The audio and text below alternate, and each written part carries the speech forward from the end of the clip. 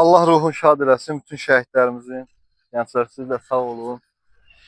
Doğrudan da 2020-ci il şərəfli qürurlu tariximizin başlandığı o sentyabrın 27-si günündən sonra biz Alxanlılar olaraq həqiqi mənada döyüşün tam mərkəzində olduq və qürurla və həm də kədərlə sevincin birləşdiyi bir günləri yaşadıq və canlı şahidlər olduq. Biz 30 il erməni düşmənimizin, erməni vandallarının canlı meşini olmuşuq mülki əhali olaraq. Yəni Alxanlı kəndi keçmiş cəbhə kəndi olub.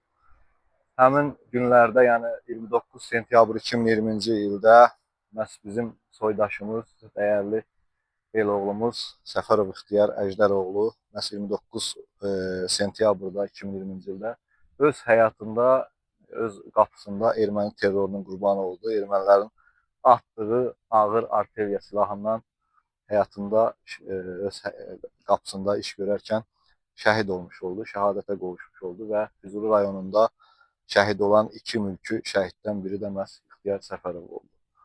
Biz bu acıları çox yaşamışdıq. Məlumat üçün bir də təkrar tarix nəzər yetirəndə görürük ki, ta ki 94-cü ilin yanvar ayından və azad olandan sonra 22 kənd bizim o kəndin içərisində idi. Həmin ondan sonra da bizim erməni terrorunun, erməni vandalının kəndimiz qurban olubdur. Bir neçə sakinimiz minaya düşərək, ermənilərin basdırdığı minaya düşərək vəfat eləyibdir, şəhid olubdur. 2017-ci ildə bizim körpə balamız, Zəhrə balamız, nənəsi Sahibi anamız şəhid olubdur və 2020-ci ildə İxtiyar Səfərov mülki şəhid olaraq erməni vandalının qurbanına çevrilibdir. Allah bütün şəhidlərimizin məkanı cənnət eləsin. İxtiyarın simasında bütün şəhidlərimizin qisası alındı. Şükür Allaha ki, 23-cü il antiterror əməliyyatı nəticəsində suverenliyimiz bərpa oldu. Bugün Azərbaycanın bax bu üstünki bayrağı Xankəndidə dalğalanır və dövlətimiz quruculuq bərpa işləri görür.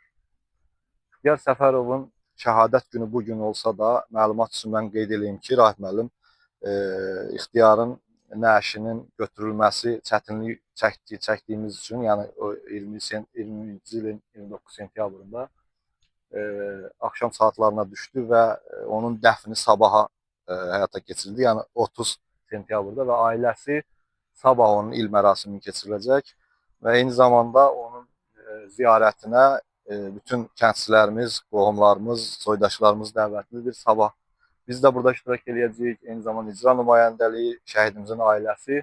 Yəni istəyənləri də sizin vasitənizdə dəvət edirik. Sabahları İxtiyar Səfərovun məzarının ziyarətinə, onun ailəsi ilə bir yerdə olmağa səsləyirik. Kim istəsə buyurub gələ bilər.